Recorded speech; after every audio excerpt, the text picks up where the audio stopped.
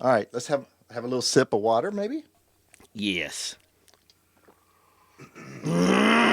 Okay, whenever Time you're to back. gargle. Gargle. I'm a gargoyle too. Oh man, I couldn't. We were playing trivia the other night, and there was music trivia going, and I couldn't remember the name of the Cranberries song "Zombie." And I knew it was, like zombie. And so I was like, well, I remember it's some mythical creature, so I wrote down gargoyle. Gargle. Yeah, so that's what everybody else is singing to me now. They're like, oh, the Cranberries song Gargoyle. I'm like, fuck the Cranberries, man. Fuck The Cranberries car alarm. That's a European ambulance. Yeah, I think you're right. Sorry if the Cranberries are listening to us. Sorry. Yeah, well. Oh well.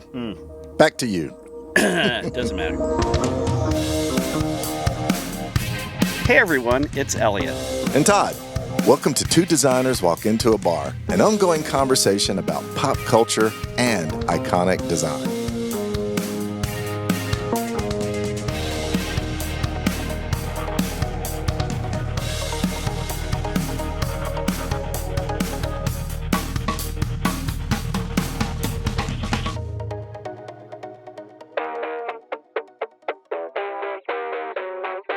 Today we continue talking about the formation of the pop art scene. And the introduction of its greatest superstar. He made the lowbrow highbrow. And along the way agitated a lot of people. So let's raise our glasses to the master manipulator himself back here in the bar.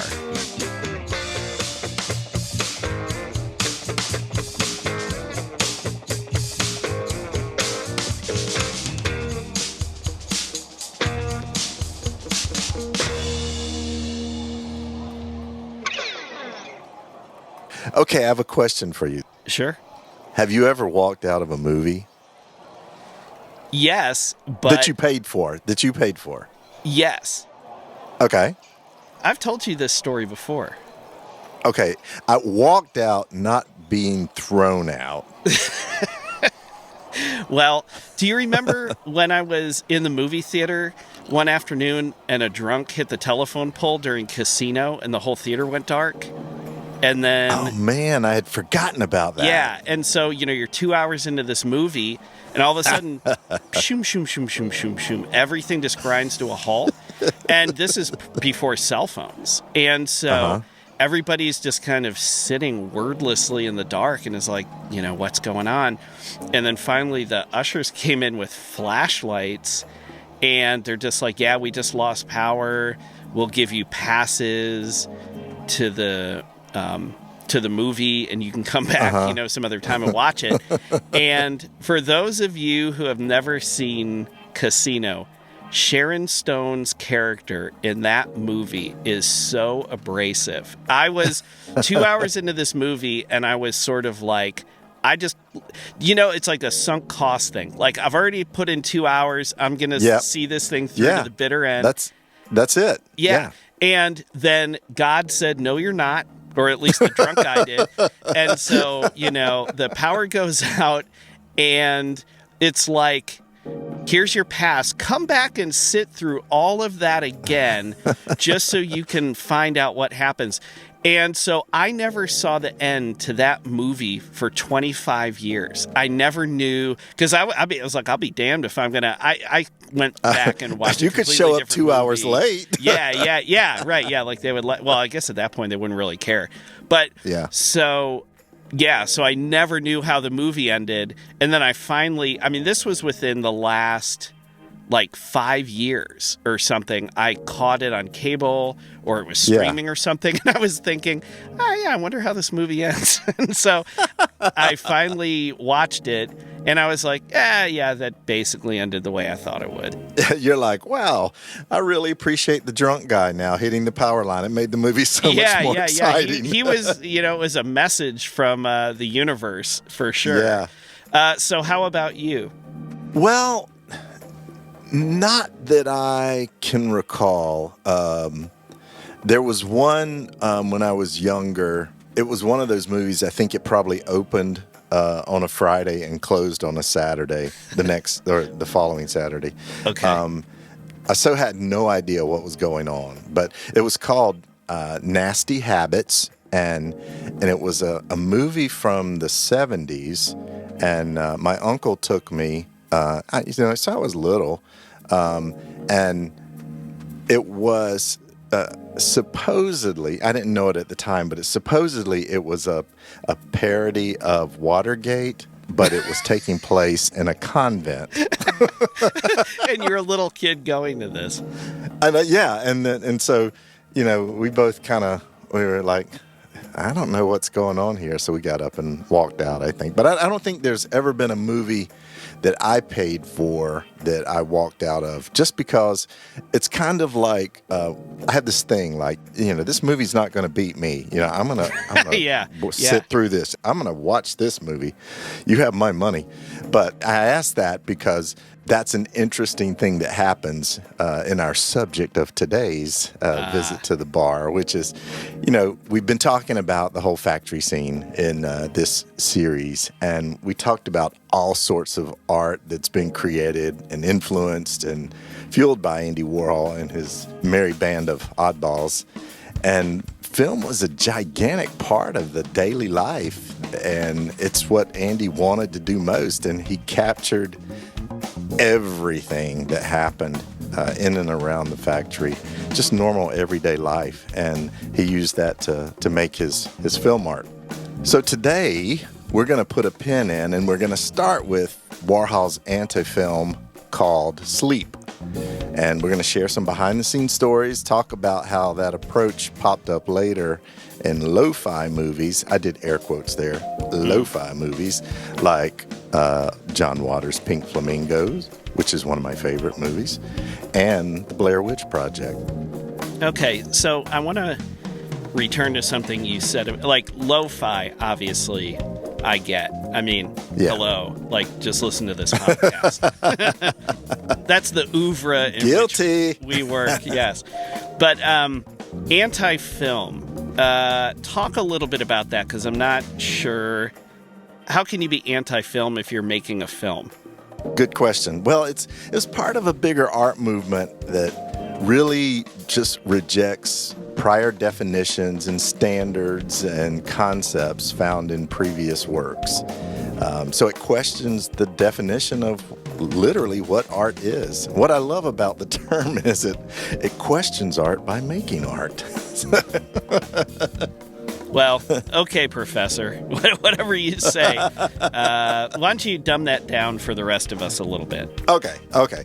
So Sleep was one of Andy's first experiments in film, and it goes way back to 1964. In case you haven't seen it, I don't know if you've seen it. I have. I mean, I've seen very small snippets of it, and from what I understand about the plot, I think I, in fact, have seen it. Have you, talking about sitting through a movie and you've got my money, have you seen it? No, and that's exactly why, because I can barely sit through like a 2-hour Marvel fest when planets blowing up and shit like that. There's no way I could sit through a movie like Sleep, which was 5 hours and 20 minutes of silence watching a guy sleep. Now, was there a reason for that particular amount of time? Well, the thing that Warhol did was he tried to capture everyday life. So the actual film footage that was shot was not 5 hours and 20 minutes. It was looped a lot, over and over. But that was about as long as, a decent nap would be, or a not a full night's sleep. So it's a hell of a nap if it's I know it's either a long hours. nap or a very short sleep, right? Yeah. It was like a reasonable amount of time that someone would sleep, so it was real. And it's like he filmed people eating, and it would be, there were no cuts. It just was however long it took to eat something or drink coffee or whatever. So that was a huge deal at the time. The guy that was filmed sleeping is a guy named John Giorno, and he was a poet and performance artist and happened to be Andy's lover at the time. And it was actually not a continuous shot, as I said before, for 5 hours and 20 minutes. But that was the impression Warhol wanted to give. And it was really 5 reels that were looped and looped and looped and looped over and over again. So Andy Warhol created the animated GIF. Yeah, yeah. Give him credit for the flying toasters back in the day too. Or the Pop-Tart cat or whatever. Yeah. Right. Yeah. Nyan cat. Yeah. Give him credit for that. But okay, you're gonna love this part of the story that I dug up here. The film Sleep, it premiered January 17th, 1964 at the Gramercy Arts Theater in New York City, and it premiered as a fundraiser for the Filmmakers Cooperative. There were 9 people that attended the premiere. It was a big deal, as you can tell. Yeah, it sounds to me like there was no pre-screening for this fundraiser, or they certainly would have chosen a different film. Oh my goodness! Well, I mean, you think about it, it's like Andy Warhol was completely ascending in fame, and this was the first of this type of art that they had seen of him. So. It kind of made sense. They saw it in the sense that he came to them with film cans or whatever, but they didn't actually seen it. So the assumption here sounds like is that this guy's got the Midas touch. If he can turn soup cans into something incredible, imagine what he can do with the medium of film, right? Right. I think that was exactly it. But like I said, there were 9 people that attended. Two of the people left within the first hour. They were the lucky ones. Yeah. And there were film critics, a guy named Jonas Mekas, who was actually the founder of the Filmmakers Cooperative, who the fundraiser was for, and another guy named Archer Winstead. And they were also in the audience. They watched it, I assume, the whole time. And a guy who would go on to be something, an experimental filmmaker, and he was the projectionist, Ken Jacobs. He was there, and he brought a friend along who briefly operated this small underground makeshift cinema from a storefront at 36 East 4th Street in the East Village. His name was Paul Morrissey, and he would later become a frequent film collaborator with Warhol. I know you've heard that name before, yes, right? I've heard of Paul Morrissey. Yeah, he was kind of a big deal within the Warhol world. Yeah, so even though he was popular, it doesn't mean he was good, it sounds like. Well, I mean, good is relative, right? He was very popular, and as an artist, he was starting to become more mainstream, more commercially successful. But his films, not so much. We don't really have a record of who all stayed for that entire premiere of Sleep. But we know at least 3 or 4 people left after a couple hours, and then probably the projectionist was the only one left at the end. And even in Warhol's memoir, Popism, Warhol says, he talks about walking out after the first few minutes. So he stayed less than anyone else. Yeah, he's like, well, that's... So there's 2 questions I have here, right? So the first one is, the projectionist, if he was forced to watch this thing for over 5 hours, was he an experimental filmmaker before he took this gig? Or did this, tip the scales that turned for him him into to one, become it? yeah. And the other thing is, if Warhol, it almost seems like if he walked out after the first few minutes, it's almost like he saw it as a joke, as a practical joke or something. And he's like, okay, good, they're actually showing this thing. I'm out, right? Because it's like, I don't want to catch shit for this, or, it's like he just kind of set the wheels in motion, and then he sort of disappeared, which I think is actually almost funnier. Well, yeah, I mean, it sort of is his character, right? He was disengaged from the art itself. He was done with it at that point by the time it was showing. Yeah, he knew the punchline to the joke. Yeah. He was like, shit, I'm not going to sit through 5 hours and 20 minutes of this. I filmed it. I've done that already. I've done that. But there's also a really funny bit when the movie was shown in Los Angeles, there was a lot of buzz around it, obviously, and they did a surprise showing at the Cinema Theater in Los Angeles. That was I'll bet later it was in a the year. surprise showing. But so I saw a written account of the screening from the theater manager, a guy named Mike Getz, and this is all like he wrote this. This is all in quotes here. Quote: "Amazing turnout, 500 people. Sleep started at 6:45. First shot, which lasts 45 minutes, is a close-up of a man's abdomen. People started to walk out at 7. Some complaining." Yeah, so this goes back to what I was just saying, right? So now Warhol's in another theater. He's on the opposite coast. In a way, this prank couldn't have gone any better, right? Because no one actually saw the movie, but everybody's talking about it, right? So he's capitalizing on this buzz. And, the movie is... a lot of people think it's a piece of shit. And so it just goes back to, like, is he just screwing with people? Is he just seeing how patient they could be? Is this an art experiment? Is it a social experiment? Is it performance art and the audience is the unwitting, medium here? Like, what's going on? Yeah. That's a good way to look at it. So Mike Getz, the theater owner, he goes on to say, quote, "The shot changes to a close-up of a man's head, and someone runs up to the screen and shouts in the sleeping man's ear, 'Wake up!'" Turned into Rocky Horror. Right. It was like audience participation at that point. So the audience wanted their money back, and there were threats of a lynch mob, in the theater, like with the manager, right? And to calm the crowd, the manager ended up giving out about 200 passes for another show. Like, you couldn't give out passes fast enough. Right. Well, you know what the irony is, Todd? Those people all went back years later to watch Casino. They did. Yeah, they're glad they did that. The account finishes with Getz saying, and this is his last quote, "Sleep continued on. The projectionist kept falling asleep. People couldn't take the consequences of their own curiosity." So, in retrospect, I suppose the title was completely appropriate. Yeah, I guess, but so by the end, almost 50 people were left in the audience, and some even enjoyed it, according to Mike Getz. That's amazing.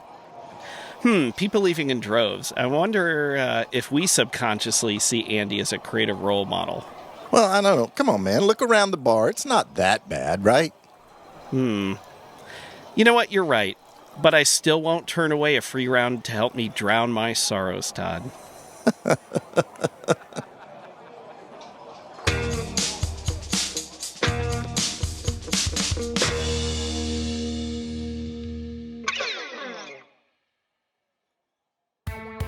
Hi. We want to take a moment to mention that if you're enjoying this episode, we have an archive of topics ranging from the Olympics to movie posters, Think Ghostbusters, iconic images, Think Bigfoot, punk music, The Ramones, Saturday morning cartoons, The Pink Panther, and failed products like OK Soda. Visit our website at twodesignerswalkintoabar.com for full episode notes and visuals, the latest blog content, and to sign up for our newsletter. Follow us on social media. We can be found on Facebook, Instagram, Twitter, LinkedIn, and YouTube. Find the links on our website or search using the phrase "Two Designers Walk Into a Bar." Most importantly, leave a review on Apple Podcasts. It helps more people like you find podcasts like this. And tell a friend about us. Send them a link to our podcast from your listening platform of choice. And if you're inclined, buy our merchandise. Stickers, coasters, magnets, t-shirts. We're designers. We make good stuff, and it helps support the show. Get in touch. Use the contact form on our website or send an email to hello@twodesignerswalkintoabar.com. We read every message we get. Honest. And we're available for speaking gigs. Email us to learn more. Okay, now, back to the bar.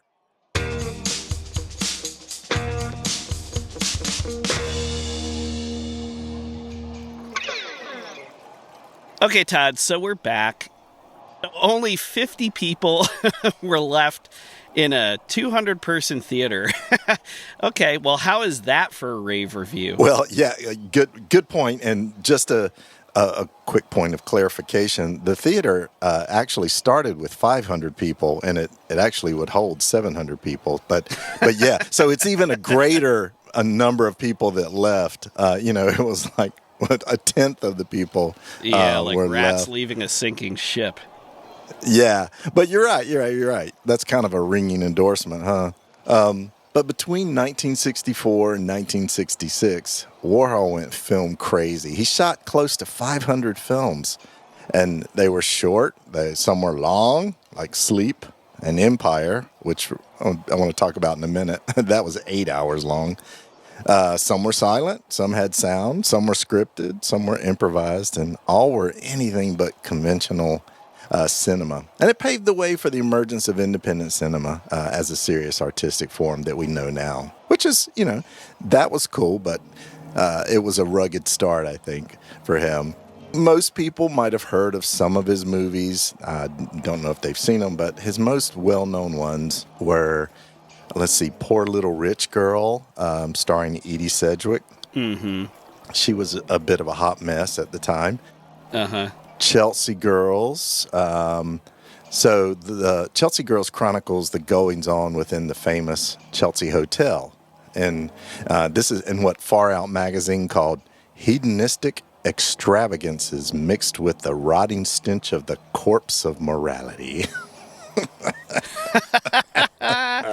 Oh, boy. Okay, well, I love the British press, but, my only question is, are you sure that wasn't a restaurant review? I would hope not. But yeah, I love that. The rotting stench of the corpse of morality, unquote. So Chelsea Girls, it was actually shown to Warhol's specifications, which meant that it was shown on 2 screens at once. But only sound from one of the screens was what you heard. But it gave you this feeling of like, maybe you were walking down a hotel hallway, or maybe you were scanning the exterior row of hotel windows and you see these little mini soap operas, these little mini dramas happening. Either way, it was voyeurism, right? Oh, yeah. So voyeurism, this idea keeps popping up again and again, right? He's right. watching these other people live their lives, do whatever it is they were doing. So narrative filmmaking in a way, but not in a traditional sense. You were sort of observing other people and kind of writing your own plot if you're an audience member? Yeah. 100%. Yeah, you assembled your own narrative, right? That's basically how it happened. Is you sort of got the tools and the inspiration, and you kind of put the narrative to it. Yeah, kind of like looking at all these different people sitting around the bar right now. Well, people, yeah, they're probably thinking the same thing. They're assembling their own narrative of us right now, aren't they? Well, at least they haven't left yet. That's true. Give them another few minutes, and I'll come and yell in your ear, "Wake up!" And but okay, here's a question that keeps popping into my head as we continue to unpack the whole Warhol factory scene. Do you think that he had these conscious plans of making sort of his big theme of the ordinary becoming extraordinary, or do you think it was just what he liked?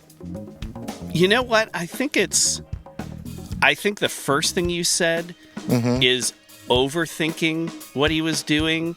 I think maybe it wasn't what he liked. Maybe it's who he liked, because it was just this documenting what was around, right? It's sort of, what is it, cinema verite, where you're just sort of like taking pictures of life? There's probably film scholars who are like balling up their fists right now listening to me talk about it. Was not a film studies major, but it basically is like, capturing real life and then sort of doing something with it.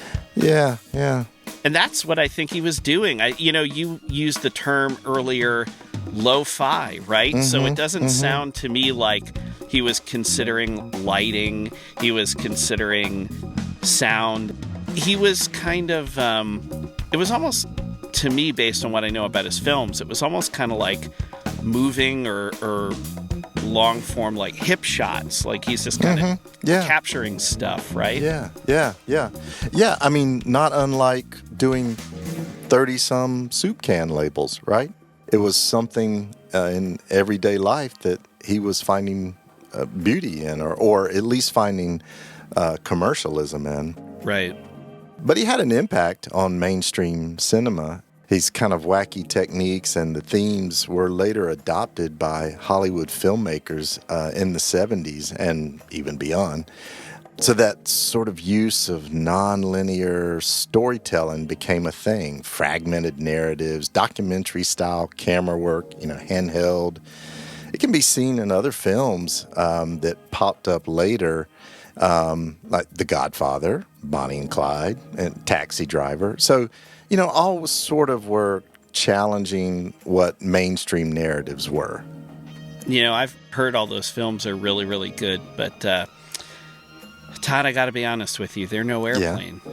Well, yeah, I think people have been throwing a bone to Godfather and Taxi Driver all these years just to get some eyeballs on them, because Airplane's getting all of it. Yeah, like we said before, the fix was in when it didn't win an Oscar. We knew it. We knew that's when we knew the Oscars were rigged, right? Mm-hmm. And we should watch that again. As a matter of fact, it's probably been a minute since we've seen it. But his influence, Warhol's influence, it can still be seen in like modern mainstream movies and directors. They kind of, sort of bucking the Hollywood convention and are seeking to create works that are more personal, even more experimental. Think about, I mentioned John Waters earlier, Pink Flamingos. Mm-hmm. Think about the way he does what he does. It's definitely identifiable.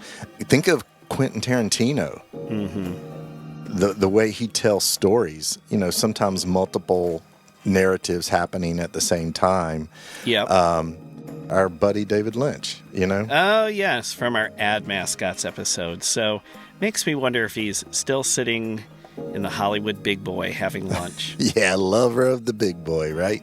Yes. So listeners, we're going to do a quick plug. If you love Big Boy and advertising mascots, check out our 4th episode, and you can learn a little bit more about what we're talking about. Yeah. The great episode digging into ad mascots there. Back to Warhol's influence, though. He even influenced a recently celebrated British director named Steve McQueen. Bullet? Yeah, not that Steve McQueen. Oh. This is the guy that made 12 Years a Slave. Yeah, definitely a different guy. Definitely a different guy, and British. But he cites, actually, Andy Warhol's 1964 film Couch as a major influence. He said when he saw that and he realized that Andy shot that at the standard 24 frames per second, which is what, mimics real time in movies. Mm-hmm. But then he projected it much slower, so the film literally pulsated. So, to him, he was like, this was magic, and made him want to become a filmmaker as well. So, when we think about all the stuff Andy pulled with the visual art world, it's easy to see kind of how he mocked, even avant-garde filmmaking too, right? Sure, yeah, absolutely. Well, I guess in the sense of how is it possible to mock an avant-garde film if the avant-garde film is already mocking film, right? Oh, it's sort gosh. of folding in on itself a little bit here. Yeah, we're having the MC Escher conversation. Yeah, exactly. It's the hand drawing the other hand or whatever. Yeah, we're going up the downstairs, and it's like we're having a film philosophy honors symposium here, man. This isn't an honor symposium, dude. This is a pop culture chat show. You know that. Yeah, although listeners, we have been asked if we're secretly university professors, and don't tell anyone else you heard this from us, but we are for hire. Yeah. Ding, ding, give us a call. Pimpin' ain't easy. That's right. All right, back to mocking avant-garde films. Warhol pushed the bounds of good taste to even more uncomfortable limits. He had a film called Blowjob, for one thing. Not exactly multiplex fare right there that you would see everywhere. No. Now, Todd, I assume you purposefully made a joke there a minute ago. What did I say? Something I about don't a know film that I called did. Blowjob and pushing the bounds of taste, but you're probably even okay. more brilliant than you realize. Nah. And in terms of the multiplex, it's probably depends on the neighborhood you find yourself in. We're going to have to put a parental advisory on this episode, I think. Yeah, parents shouldn't listen to this because the kids That's don't right. turn Kids your don't let parents your onto parents. this because they'll just be embarrassed. Yeah, true. Not for everybody, right? Well, and speaking of not for everybody, though, these experimental movies, they were kind of the avant-garde movies of the day. They were thought of by the hoi polloi as already being long and boring and not really going anywhere. So Warhol was like, you want to see long and boring? I'll show you that. He made films even longer and slowed the film speed. So, he even filmed nothing for long periods of time. So he's like, take that. You think that's bad. It's like the reverse of the lens cap accidentally being on. It's like it was accidentally off. He's like, damn it, someone forgot to put the lens cap back on. Okay, well, Todd, this reminds me. Speaking of nothing, My Empty Glass could be a Warhol feature. So I'm hoping our bartender hasn't also fallen asleep on the job. Oh, man. I hope not either, but it sounds like a good time to end our conversation in the bar for now. Yeah, so you can grab the next round. Great idea. I couldn't agree more.